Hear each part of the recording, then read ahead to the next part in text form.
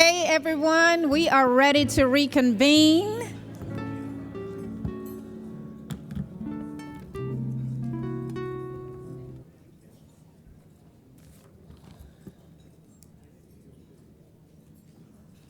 So we hope that everyone have enjoyed their lunch.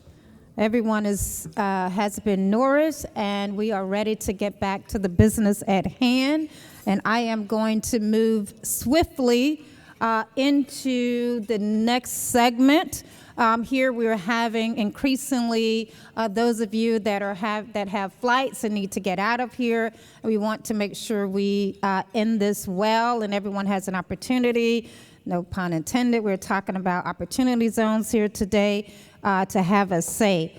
Next up, here I'd like to introduce and bring before you on the segment of Keeping It Real from a legislative vantage point, Representative Anika Umfroy from Florida House District 95. All right, bring her in with an applause. Democratic Ranking Member, Civil Justice Subcommittee is going to give us a talk on keeping it real. Thank you, Representative, for being here. We look forward to your comments. Please lead us. Thank you so very much. I am so grateful to President Cobb Hunter for giving me this opportunity today, and I need to thank the chair of my state caucus, Bruce Anton, for giving a freshman representative an opportunity to have a voice. So I would like to please give them a round of applause. I'm from Broward County, Florida, and you're currently in Broward County. There are 30+ opportunity zones right here in my county. 7 of those opportunity zones are in my district, District 95. And one of the things that is probably unique about my state, and I'm not sure, you guys will let me know, is that we have one in every single county. There's not one county in my state that's not affected by opportunity zones. When I got to the Florida House, I was the only person that proposed opportunity zone legislation. And the reason I did was because my city mayor, who also happens to be my aunt, who happened to have the seat 2 years before me, told me about this amazing thing that we had to make sure we capitalized on. She expressed to me how enterprise zones in the state of Florida had not done its proper job, and that I needed to be prepared for these opportunity zones, and that I needed to make sure that I had a seat at the table in the conversation. So I filed this legislation.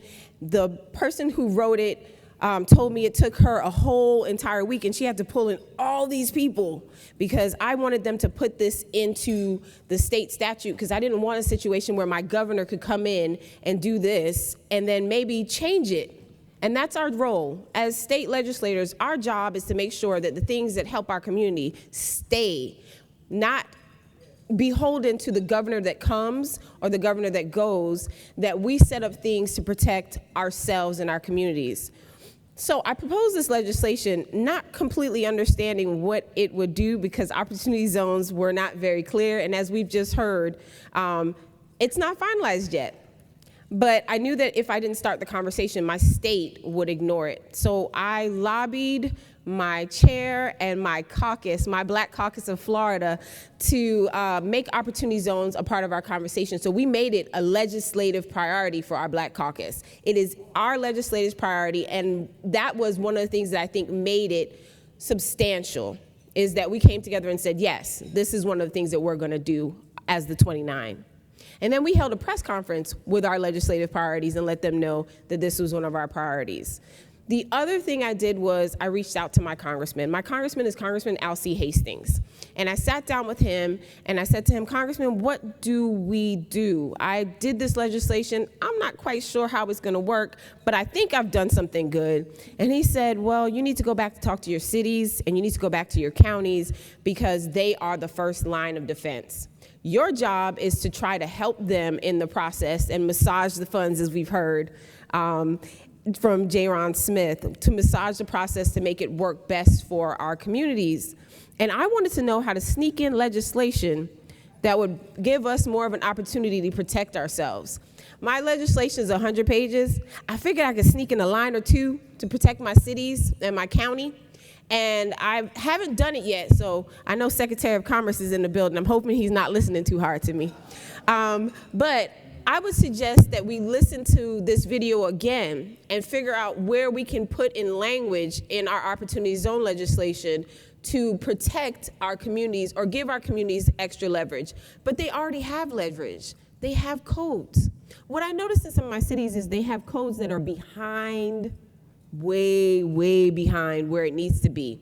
And so I challenged some of them to start looking at their codes to make adjustments.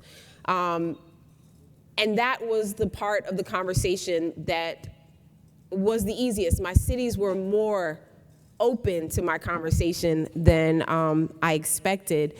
And I'm grateful to see some of my city people here. My economic development manager, who's now, I believe, assistant city manager, is here.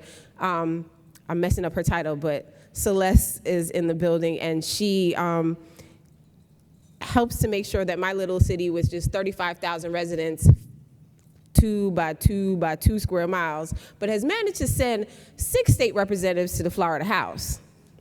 So while we are little, we are very mighty. And they didn't expect to get me, but they did. And I hope I continue to make them proud. But my main concern and always is to make sure that we are aware of the fact that our job as representatives is not just to pass laws, but to also continue to engage our community with the information that we have put forth. So sometimes we pass laws and we have little really strategic conversations with major stakeholders at a high stakes level, and we don't actually pass down the information to the people in the community, like our business community, who could pull together to do these community foundation funds and build and develop their communities themselves. We know that if we put our names on a piece of paper, the senator puts his name on a piece of paper, people are gonna show up just because they wanna be in the same room having a conversation with you.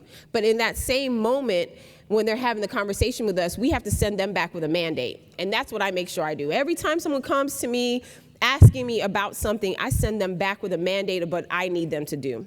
I had a conversation with my county commissioner, who you guys have gotten an opportunity to meet, my mayor. He was my county commissioner, and now he's my mayor.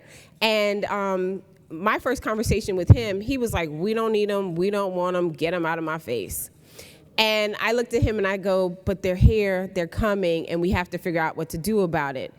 And I'm grateful that we have now built a relationship where he actually took the time to listen to my perspective. And his chief of staff is here, and also my delegation representative, who keeps me in line in Tallahassee, is here. And I'd just like to say thank you to those 2 women. I have Daphne Sanval, who is our legislative delegation guide, and who's worked with me on my Opportunity Zone legislation.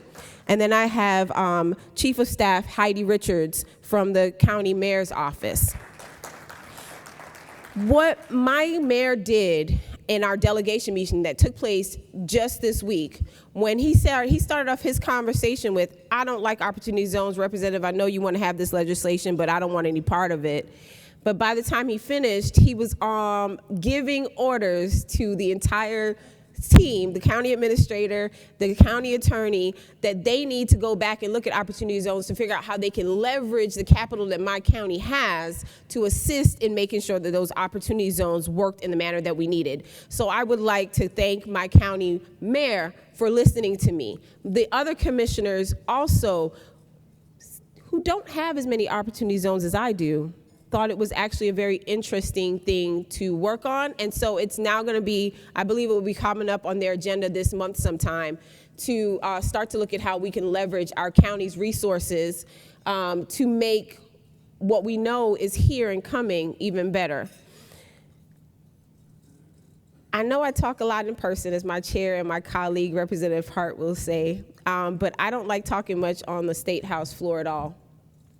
I actually said approximately 15 minutes worth of words in my entire legislative session, because my job in Tallahassee is to be a diplomat. When I come to Broward, I kick up mess.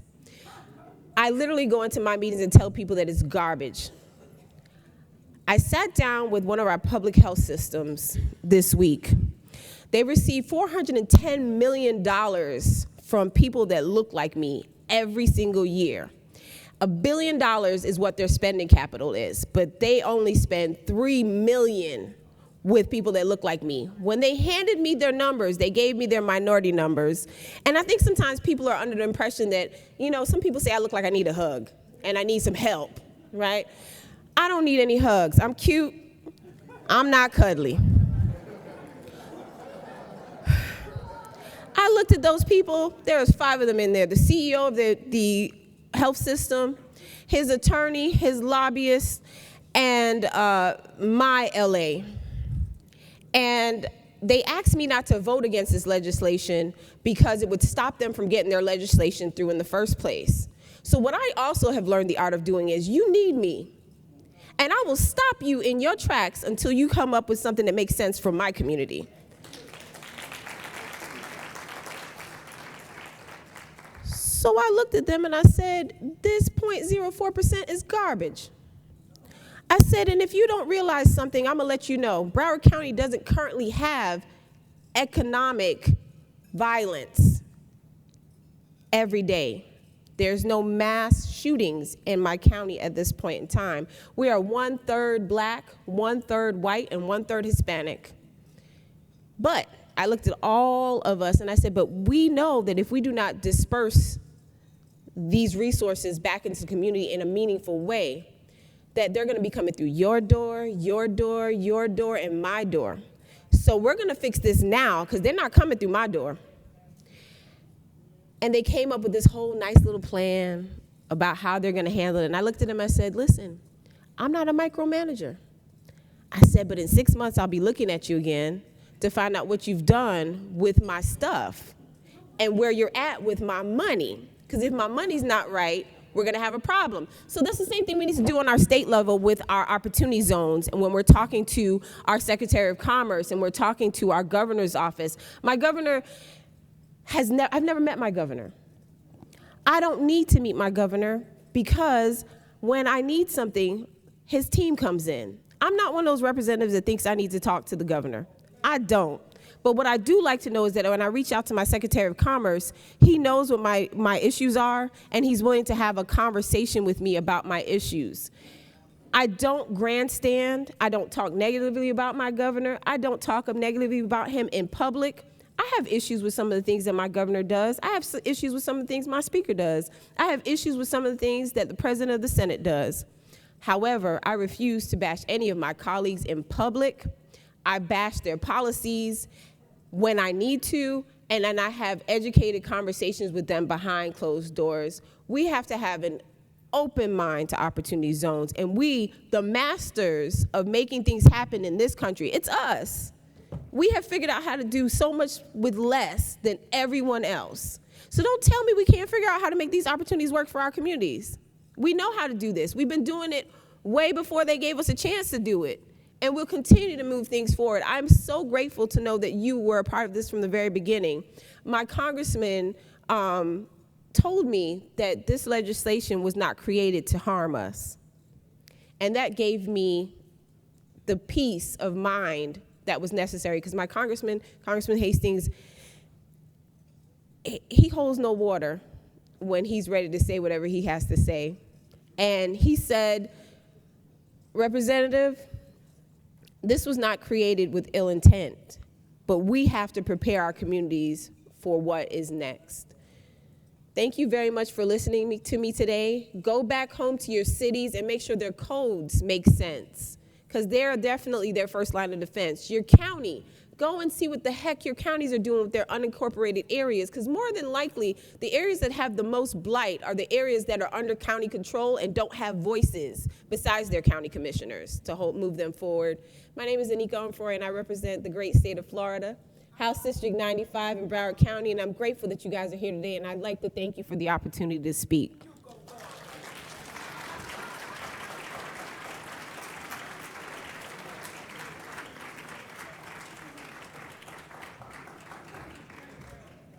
Okay, all right, there you have it from the great state of Florida, representing Broward County, the district that we're all seated in today. Just a little bit the difference on our agenda. You have before you the next session. Again, in the interest of time, and being cognizant that many of you have flights to take, and so we're going to get you out of here on time, you know, like you all like to say in your respective areas, on budget, right? All right, then. So at this time, I'm going to bring Mr. J. Smith back up to the panel here because J. Ron is one of the person that has to leave and get back out of here to finish the business at hand. And so we want to bring him back up for some parting comments. Joining him is going to be Mr. Keith Carswell, also from the city of Miami, for some parting comments. And as they come up to join us on the stage, I'd like to say to us, the Madam Chairwoman has reminded us that, and I'd like to share with you, that this conversation will continue. Do not expect that this will be the last time we have a conversation. We've had a number of questions. Many of you have to go back to your respective states and get this information out to your constituents. There is a commitment on part of NBCSL that this conversation will continue. There will be additional opportunities for this assembly to gather in the way that will be described to us later as that information come forward. But it's important. It is recognized as being important, and for you all to know and to expect this information or this assembly will be coming back to you very, very soon. With that said, gentlemen, please come. And we're going to just take maybe about 15 minutes and have a conversation. If you have some burning questions for the two, please ask the questions. I think the microphones are not there. I think we're small enough of a crowd now. Just ask your questions. Even better that, you know, this is a sophisticated crowd here, so this is being recorded, right? Oh. All right, gentlemen, please come. About 15 minutes in this segment, please. So you want us to sit down or? Is there microphones? Okay, you Yeah. can sit. Okay. Because there are microphones. I don't realize what microphones there. And just take it away as you need to, you know, close us out with because we know you have to leave. Well, one, I want to say thank you. Thank you for the opportunity to engage each other and have a real dialogue. You know, one thing I love about the last panel, keeping it real. You know, I like keeping it real with each other and being honest and having a family talk about these things because we all care. We all care a lot about our communities and we want to do what's right. And sometimes it's not easy when we have these tough conversations, but I want you to know that the commitment from the administration is there to continue this dialogue. So consider this just like the first step. We plan to come back and continue to engage this caucus, hear your ideas, hear your thoughts. And so let's keep engaging each other and learning on the ground. I got a number of your business cards, you know, and so we'll do some follow-up on the local level, similar to me coming to visit Keith. You know, so for all the Floridians here, I'm certainly coming back here to Florida, and so we can work together to kind of build this out. But at the end of the day, it's really about working results on the ground. And we've listened, and I've listened, and I've heard all of your concerns, and that's why I'm here, because I realize those concerns are out there, and we want to show up and continue to work together. So again, thank you, and I look forward to the follow-up, especially after the rules are finalized. We look forward to kind of bringing more people. We plan to do a lot of summits across the country to talk about deal making, all focused on social impact. You know, the only thing we want to raise and use awareness on is social impact projects that empower communities. And we'll use our platform to kind of encourage that type of ecosystem. I mean, there's a lot of different things moving. Like I'm looking at taking R&D dollars and investing them in diverse communities, you know, community colleges, HBCUs, minority serving institutions. 50% of HBCUs are in opportunity zones. And they're a vital asset to the community. How can we leverage that asset to do community good? You know, because those institutions really need capital. And so we're having those conversations, and these conversations will continue to be ongoing. But I want you to know we're looking at it holistically, you know, that we want to work with state leaders like yourself, and this is just the beginning. You have that commitment from me to continue to stay engaged with you all, and I really appreciate you taking the time to listen and work with us. And so thanks again. And if I can kind of leave you with a perspective, as a lifelong Democrat, and a lot of my Democratic friends have been saying, oh, you're hanging out with your Republican friends these days. But the issue of social justice, the issues of trying to revitalize communities that have long been neglected, isn't a Democratic issue, isn't a Republican issue, isn't an independent issue. It's just an issue that anyone that is concerned about the human condition should be concerned with. And what I tell folk is that I'm blessed and fortunate to have 2 black boys. And I always make the distinction because there's a difference between having boys and black boys. Because I've been subjected to, profiling. I've gone through certain things that we as black men, we go through in life. I've been, from just people making assumptions about just who you are based on their perception of what they see. So when I, as a parent, with my 2 black boys, think about their future and what that future is going to look like, I get very concerned. Because in the past, when we had the Industrial Revolution, there was a transition period for people who may have gotten left behind in terms on the lower economic rung.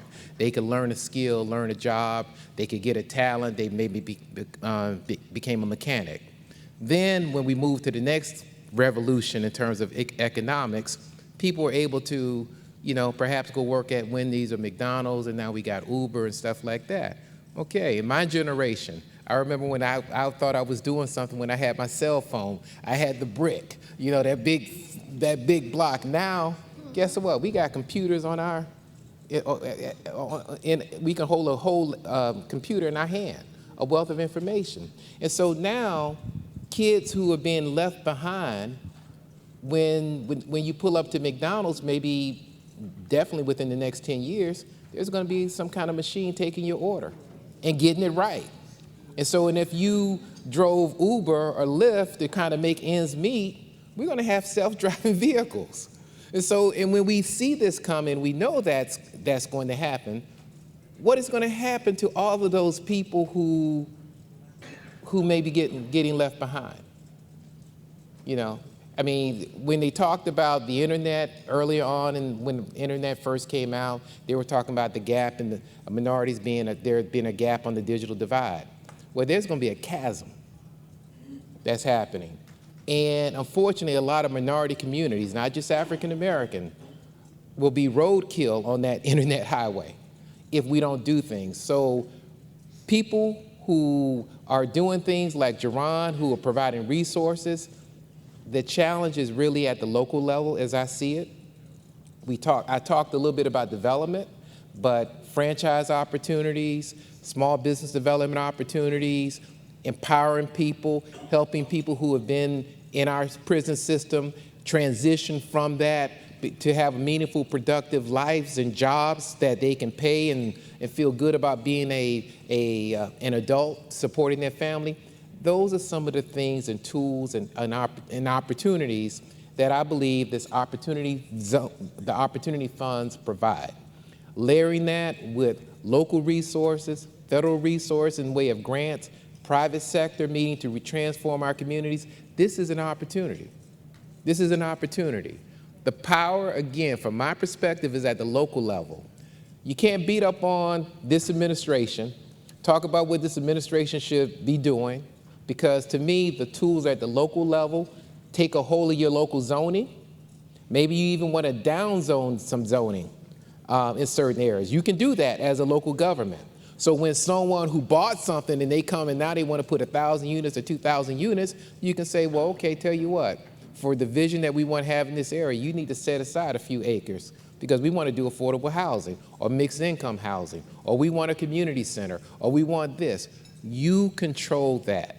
And so if anything, if there's a paradigm shift in terms of the discussion, the government is huge, they have billions of dollars in resources, but it really starts at the local level. I want to implore you to think about that and just get creative because you know what your respective communities need. Thanks so much. Thank you.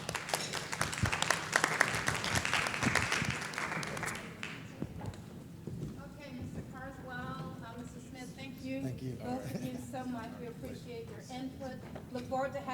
back as they committed to us. Great information. Thank you. Travel safely, please.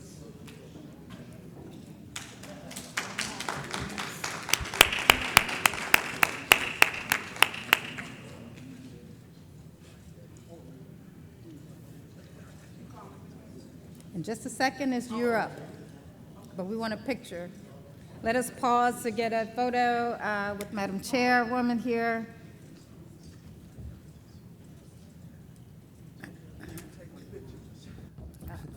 Let's go. Aaron, this one, let's take a picture. Okay, I'm gonna get in the picture. Okay, I have to be in the picture too.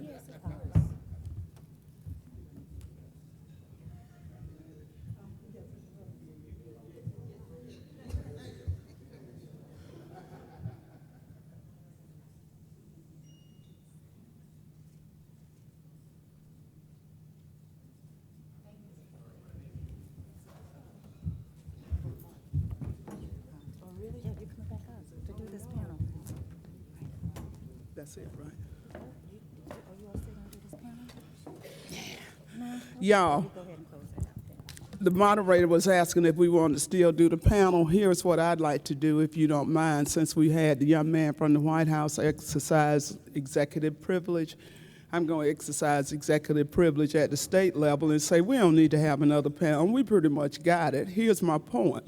You heard the commitment from Jerron Smith that this conversation will be ongoing and continuing. The chair of the chairs of the committees on jurisdiction, as far as this issue is concerned, have been very quietly working. So those of you who saying, she telling me about being quiet and she running around here talking, no, I was working because I wanted to be able, when I came up here, to say to you that this conversation is ongoing, that we are already working on opportunities, and we aren't talking about the annual conference. We are talking about, and the committee chairs have agreed to bring, and we're going to figure out the details later, but to bring us all together because this issue is important. I want to close it out, though, with what the representative and what our local contact said. It's all easy to whine and complain and talk about who's not doing this and who's not doing that. What the purpose today was is to say that from my perspective as president of the National Black Caucus of State Legislators, we can multitask. I think we can, and if we can't multitask, we can learn. What's my point? My point is this. The Opportunity Zone legislation is not perfect. We know that.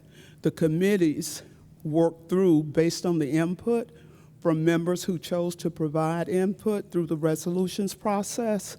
What you did here at NBCSL was to pass a resolution as a first step to address some of the concerns that have been expressed and identified in our state. I don't believe, though, that as an organization, we can afford to wait until those concerns have been addressed. And my point is, what we are doing is we are trying very hard to multitask and get things done. We are where we are, so what, now what? And the so what, now what is you got something in the law. Let's work on what's in the law. Let's do our part, and I would take slight disagreement as far as, oh yeah, I need the gavel. I would take slight disagreement about you can complain, but it only works if you're doing your part. If you're complaining, but you're not doing what you can do, whether it's on the local or state level, then you really don't have room, in my view, to complain. So bottom line is we're going to do this again.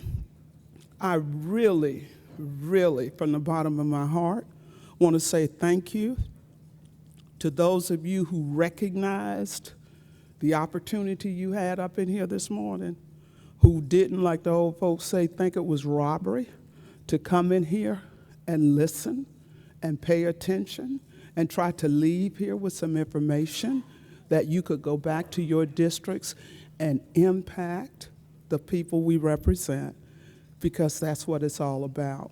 I hope you've enjoyed the conference. I hope it has been substantive, but I hope it has also been enjoyable. There is a lot of work to do. There is a fierce sense of urgency from my perspective, knowing that I have 1 year to do things that I want to get done. I ask your patience as we try to move through that. And I ask those of you who are able to see the vision, who recognize and love this organization as I do, that we've got to kind of make some changes. I hope you saw here in Fort Lauderdale a first step toward making some of those changes. And I ask you to join me in that journey, because there is still much work to do. So let's get started. With that, I close the gavel. No, I close the convention. I pound the gavel on the 2019 convention. Safe travels, great holiday, be safe, remember the reason for the season, love all of you. Thank you so much.